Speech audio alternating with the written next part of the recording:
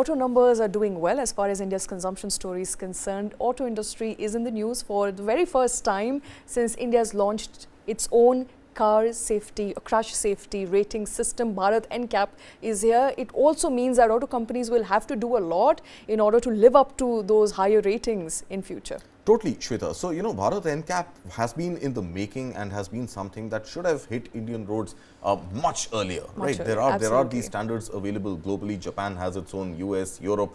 All the advanced economies have their own crash testing mechanisms and ratings that they get. But we spoke to Shashank Srivastava, Executive Director, Senior Executive Officer at Maruti Suzuki yesterday on the show. And our questions really to him were around the fact that it doesn't make sense perhaps to have these ratings voluntarily available.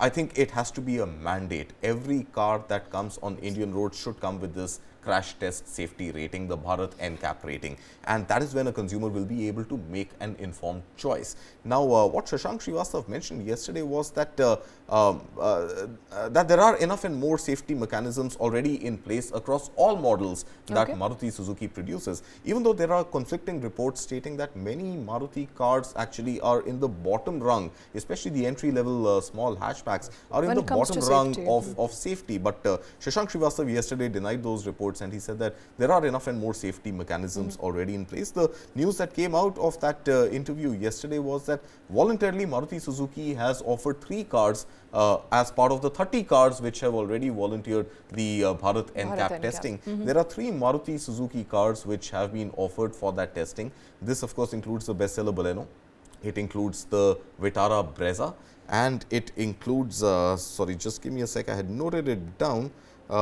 So there are these 3 cars. There is the Baleno, the Brezza, and the Grand Vitara. Right. So 3 cars from the Maruti stable have been offered out of that pack of 30. But I think there is definitely going to be increased pressure on automakers, rightly so, to add safety measures to be able to compete on the rating scale, which goes from 0 to 5.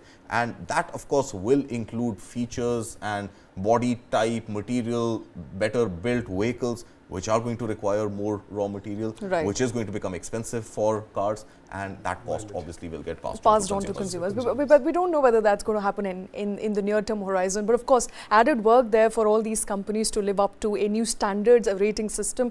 You're right, it should not be voluntary. It is voluntary at this point in time. It is voluntary, and 1st October is when the rating system kicks in. Yes, Amit. Broadly, with all companies looking at export markets, in the West, especially in Europe, all car makers advertise their safety standards, and very creatively so. Right. So I believe India will have to catch up, even if it is not mandatory. Absolutely. And since we look at a variety of features before purchasing a car, perhaps next time we're also going to look at the NCAP ratings before we purchase that car. The safety of that car is extremely important. Bharat NCAP is finally here. But with that, it's a wrap on this bulletin. Thanks very much for watching.